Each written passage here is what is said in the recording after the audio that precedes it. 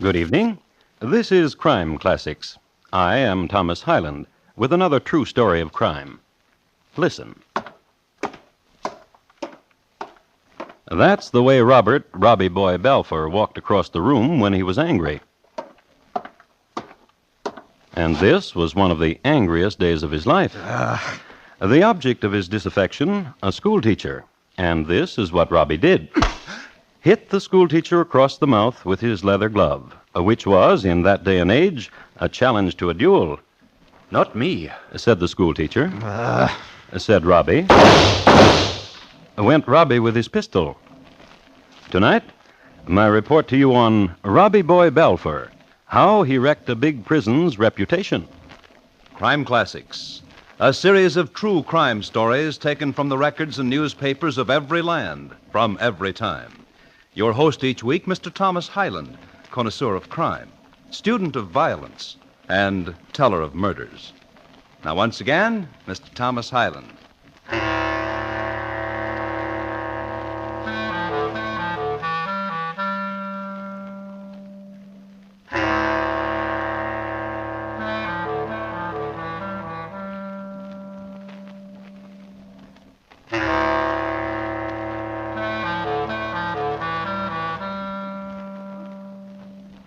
In 1707, the current saying around Inverkeithing, Scotland, went something like this.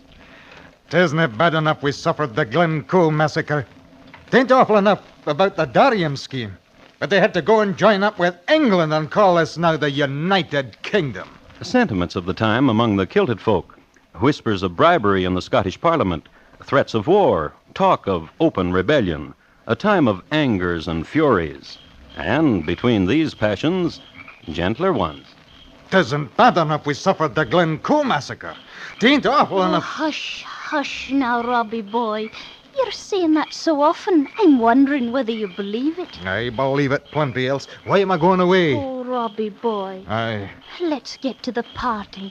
Let's through the harshness of it and come to its softness. Aye, Glennis. Or say to me something soft with those sweet lips of yours. Aye. In Spain I'll long for you, Glennis. Oh, they say the hotness of the Spanish sun makes a warm torrent of your blood, and ever and always there are Spanish maidens. I'll not look at them. Oh, I'll not look at them. aye, but they'll look upon you, handsome Robby, bonny Robby, and say things in that strangling tongue, and turn your head aside and make you forget a healing lass named Glynis. Upon my father's tartan I swear it, and upon his burl. I go to Spain only to protest what is done here.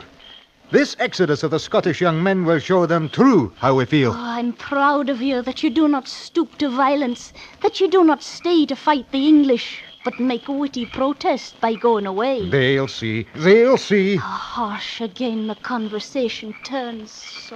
Soft, Robby boy. Make soft words and close. Aye, Glennis. Glennis of the heather. Glennis of the gorse. Glennis of the gloaming. And you'll come back to me. And you'll come back.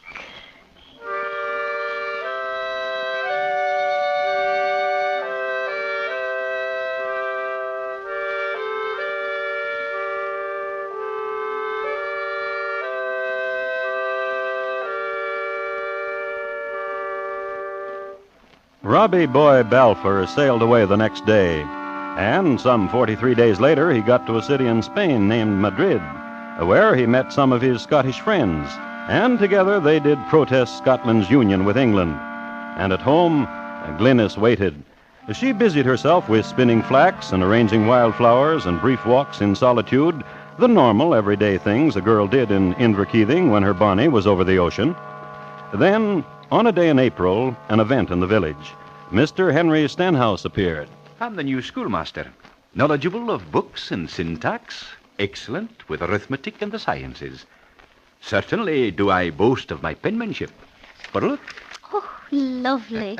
and certainly for my manner of composition. For listen, you are comely, and you walk with the gentle sway of silken stalk. Oh, lovely.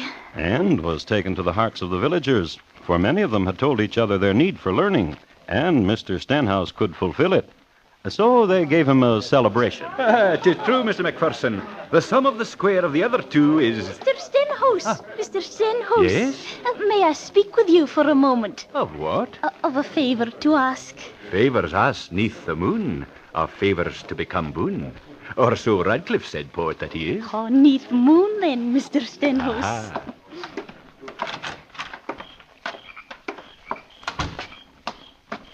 Now, to the favor. Oh, yes. I've a lad. A lad? A bonny, a love. And he's in Madrid. Protesting? Aye. And I wish to write to him of how I miss him. You cannot write. Only scratchings and simple words. But such as you... Could help you. Yes. Tell you what to say. Oh, yes. Sweet words. I want you to. Glenys, Aye. a thing just happened. What thing? I saw the moon, and immediately then I looked into your eyes, and the stars were there. Come close to me, Glenys, so that I may look into a star. Oh. That I may press my lips into your hair. Oh, Mr. Stenhouse. Oh, no, no, no, no. Oh, no.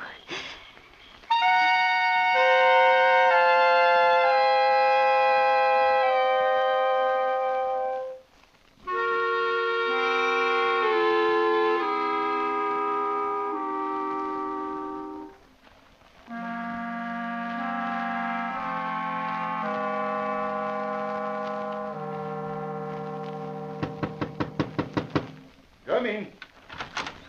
What? Glenys?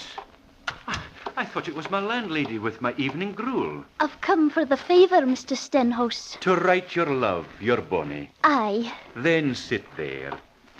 And take quill to hand and write as I say it. My darling, my own sweet love. There is a wraith of mist over the heather now, and in it, mysterious, my beloved's heart beats. Or is the flutter of some red and crested bird? Oh. Or perhaps it is only this throbbing within me. Oh, my. Oh, my beloved, how though the space between, how I feel you near to me, cheek to your dear cheek, and my breath on yours. Oh, look what I've done. I spilled the ink and... Come to me. I cannot help myself. Your words. Dearest, dear. Oh, yes, yes, yes. Come back later, Mrs. McPherson. I dinna want my gruel the new.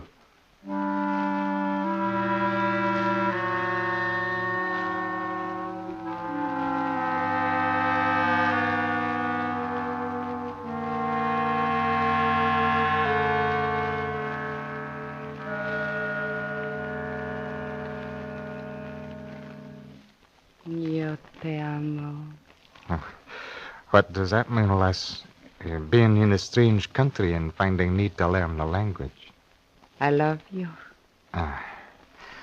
What does this mean, what it says here? La mujer está en la casa. It means I love you. Everything means I love you. Put down the book, Robby boy. Robby, Aye, lass? I love you. You must know I love you. Lass, Sí, querida. in Scotland far away there's one to whom I've promised myself. She waits for me. What woman waits for what man? Glenys waits, I'd stake my soul on it.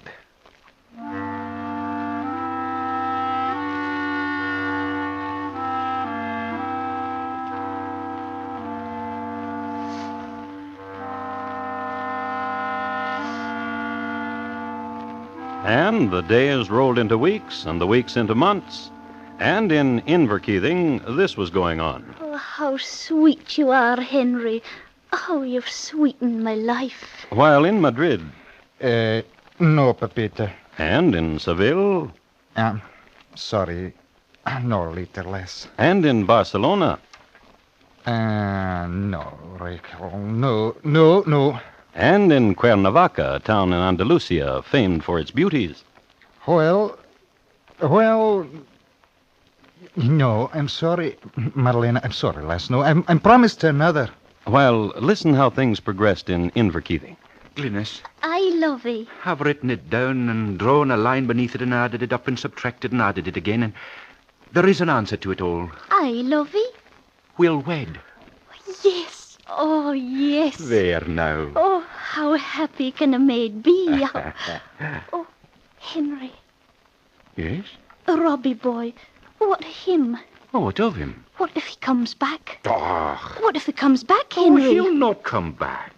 Those young men who have gone to Spain, how many of them come back? My own brother did. Oh, for a week, and went back to Spain again. Aye. Then there's not to bother of Robby. No. Then we'll wed. Come good Charlie Kensington Day, we'll wed. Come that day.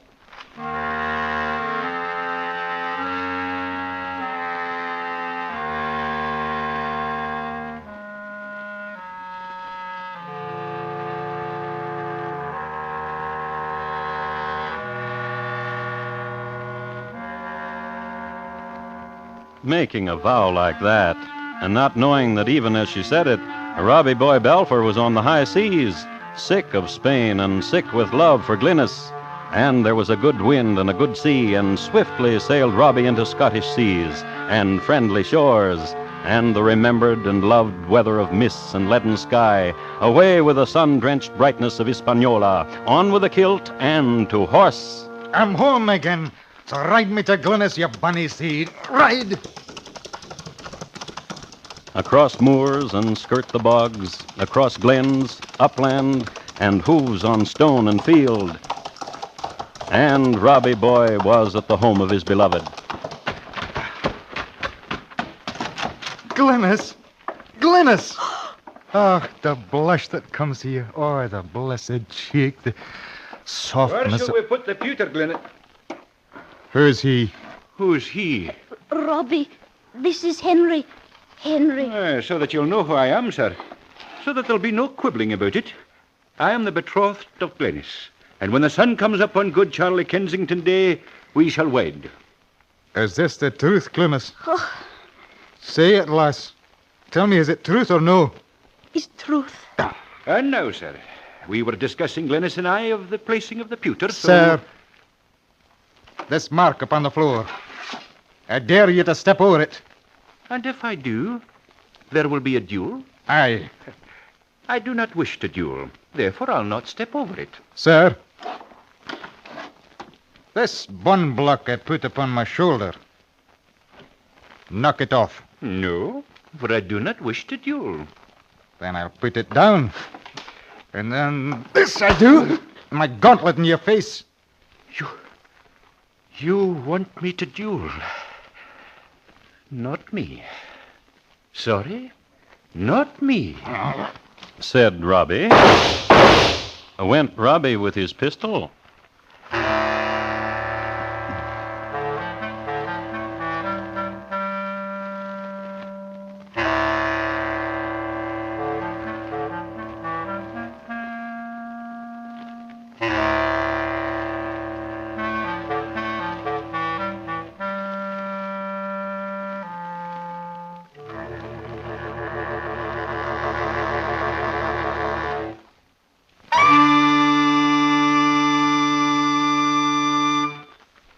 You are listening to Crime Classics and your host, Thomas Hyland.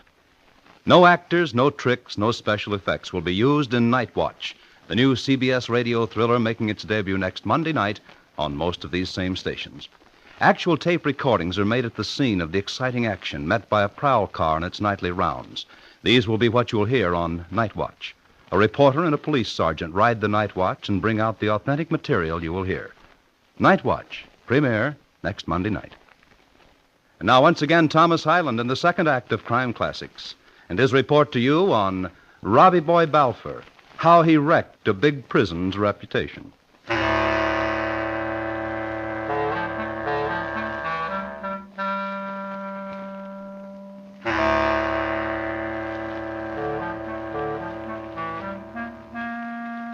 A word to those who have grown rusty in their knowledge of the Code of Honor, as it was practiced in the early 18th century. The Scottish Code was different from all other codes in that seconds were dispensed with. Why, you ask? Well, it may have been because of the notorious Bruce Trolley affair, where the seconds were slaughtered instead of the duelists. Or it may have been because of the famed edict of Prince Jamie of Glon. Whatever the reason, and the reason is still hotly contested by experts, that is why Robby shot the schoolteacher where he stood. I gave him an opportunity. But he wasn't armed. Armed or not armed, he didn't want to fight. There are men like that. Cowards. Cowards who steal other men's lasses when other men are overseas. He is not dead. What? I think you have only wounded him. Only wounded him, but In the shoulder, see? I shot him twice with each of these pistols. And you hit him twice, see? One in each shoulder. As I meant to. Truly, Truly what? he was a coward. And yet you loved him. I did not know he was a coward. What'll you do now? Robby, Aye. Robby boy. Aye. Oh, how sweet it is that you are home. Sweet for whom? I close my eyes and I'm in your arms again. Now open them. What do you see? You apart from me. As it will always be. As... Your love cries out, Glynis. He's hardly scratched. For a coward grievously hurt. Go to him, my girl. Bend to him. Heal him.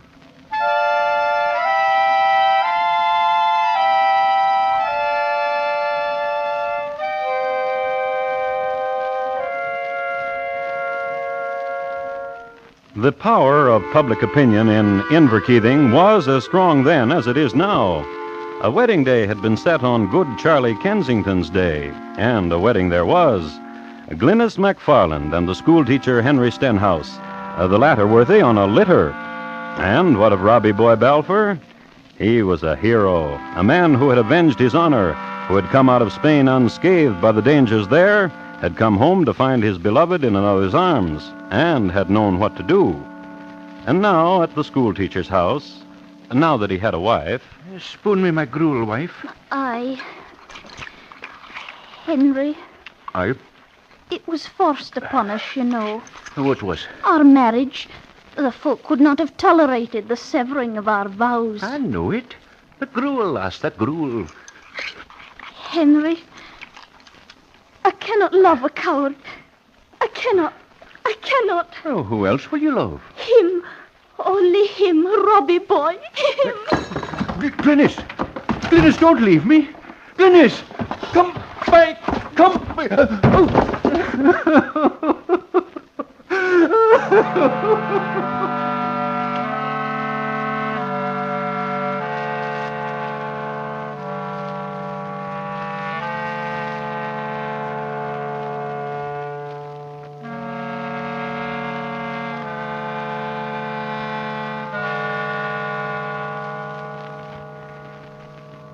And I cannot stay with him. He's your husband. Your husband, chosen by you. Robby boy. Aye. Go to him. For what reason? Finish him. Kill him, you mean? You started to do that. Aye. Aye, that's so. Then do it. Go and put another bullet in him. I tell you a thing. Aye. You're wild, Glynis. Your heart's a stone that snuggles into the gorse, and yet... Yet what? I can't live without you. Open! Open the door! She was seen entering, she was. Glynis Stenhouse, wife to schoolmaster. She is here, what of it? I must see her. Glynis, that's the surgeon of Inverkeithing, and he wishes words. What will you, surgeon? There was a screeching and a yelling about, and a neighbour entered into your house to see what the matter was. Your husband it was, your husband of one day. In a delirium he was, and I've come to tell you. We'll give to him what potions are necessary. I'll come presently. He needs only prayers. What? He lies a-dying, only a miracle can save him. But it was only a shoulder wound. He got out of bed to fetch the bowl of haggis and slipped. Infection immediately set in. He lies a-dying. Your husband lies a-dying.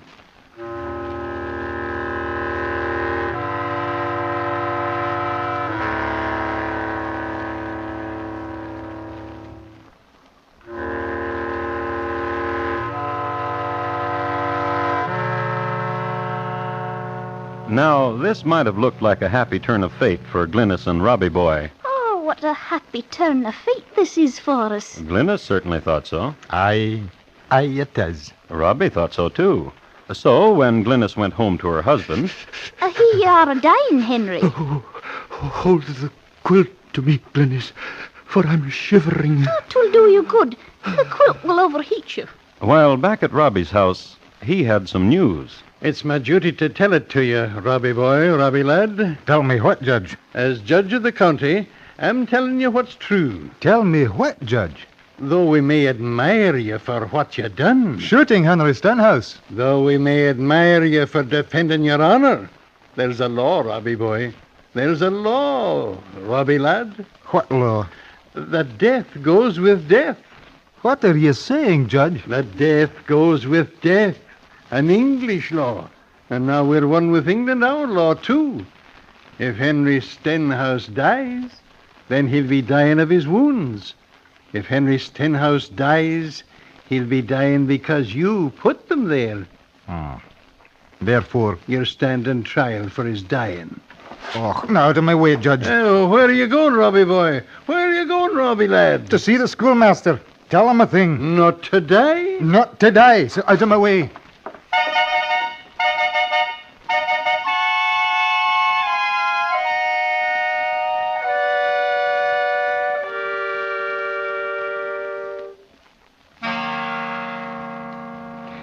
If apologies will keep you alive, schoolmaster, I apologize. If humbling myself before you will keep you alive, I humble myself. Stay alive. Spring in Scotland, the most beauteous time. Stay alive. There's music to be heard in the land. Stay alive. The sounds of the seasons to be heard and the colours to be seen. Oh, now, it'd be foolish to die. And for a man of such learning as you, for a young man such as you, stay alive. That's the word. It did not be fair to those of us who love it. It did not be fair to leave an emptiness in... Robby boy. He looks better, doesn't he? He's dead. Robby boy? Robby lad? Aye. You're under arrest.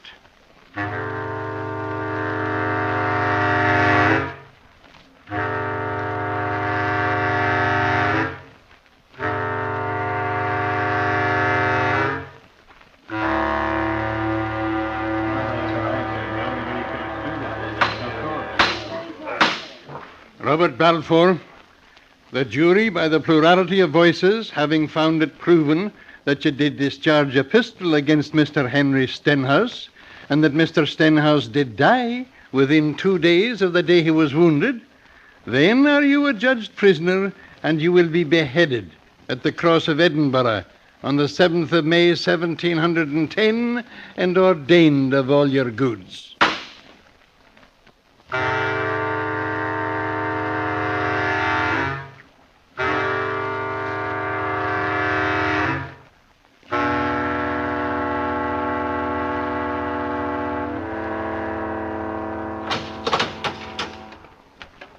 Thank you, jailer. Robby boy. Awake now, Robby. 'Tis your love, and come to visit you to give you comfort. It's pale and drawn you are. Even in this poor light I can see. No one man expects to look healthy on the eve of his beheading. I have a plan, Robby. What? A plan What do you mean? for your escape. Oh, you're daft. I'm daft with love for you. Then being daft, why do you talk of plan? Listen, it's a good plan. There's no plan to get me out of this prison. There's a way to do it. What way? Tell me this. Where is the jailer? Look past my shoulder and tell me where he is. As in the corridor at his supper. Then keep the talk flowing and make laughter or tears, whatever suits your fancy. Yet only do what I do. Very well. Talk. I heard the song. The melody I cannot sing yet. Goes like this. Bonnie Charles is now away, safely o'er the bounding sea. Many's the heart that'll break at twilight if he doesn't come home again. What? I don't know what else to say. Babble, then. This I want to say to you, nor is it babble. I love you true. You're comely and you're worthy of a loving. What does the jailer do? Oh, he sups. Are you ready? Aye. Then I'll call to him. Jailer, I wish to leave. I will meet you in Aberdeen by Auntie Bledho's there. Aye.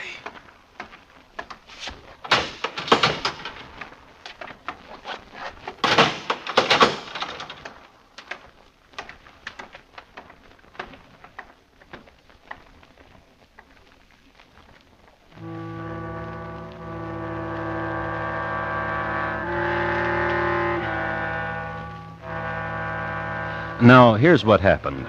While they were talking, they changed clothes. And, dressed in Glynis's clothes from tartan to tam, Robby Boy walked out of jail. The switch wasn't discovered until the next morning when the headsman came in the cell to take his victim to the block. I'm not a Robby Boy. I'm Glynis, and you can't cut my head off. But she was wrong, as wrong can be. She was ignorant of an old Scottish law. If a body help a body escape a felony, a body then must stand in a body's stead, and ignorance is no excuse. That finished Glynis. The authorities looked for Robby all over Scotland. They left no stone unturned, but didn't find him because at the very time they were looking... Yo te amo. In Spain. Yo te amo too, Carmen. Robby Boy, sadder but wiser.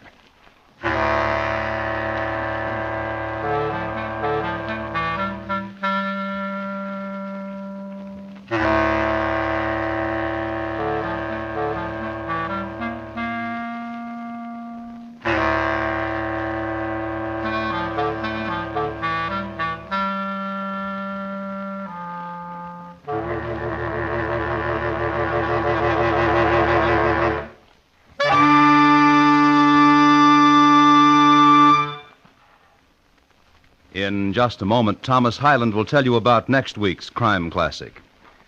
Robby Balfour, tonight's crime classic, was adapted from the original court reports and newspaper accounts by Morton Fine and David Friedkin. The music was composed and conducted by Bernard Herrmann. And the program is produced and directed by Elliott Lewis. Thomas Hyland is portrayed on radio by Lou Merrill. In tonight's story, Ben Wright was heard as Robby, Betty Harford as Glynis, and William Johnstone as Henry. Featured in the cast were Virginia Gregg, Steve Roberts, and Norman Field. Bob Lamont speaking. Here again is Thomas Hyland. Next week, St. Petersburg, Russia, in the year 1801. The river Neva was frozen solid that year, but if you cut a hole in the ice, it was a marvelous place for a girl to put the suffocated corpse of an officer.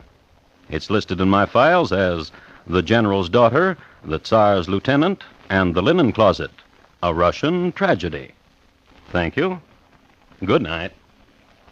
Jack Benny of CBS Radio will be on hand again this Sunday evening, wistful for Waukegan, boastful about Beverly Hills, violating all rules for violin playing, daring all to deduct $1 from his tight grasp. Jack's magic turns it all into some of the finest comedy on radio.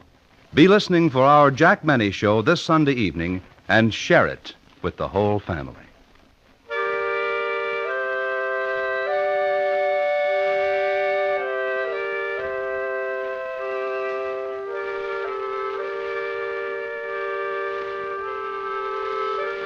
Lionel Barrymore's Radio Hall of Fame is great Sunday night drama on the CBS Radio Network.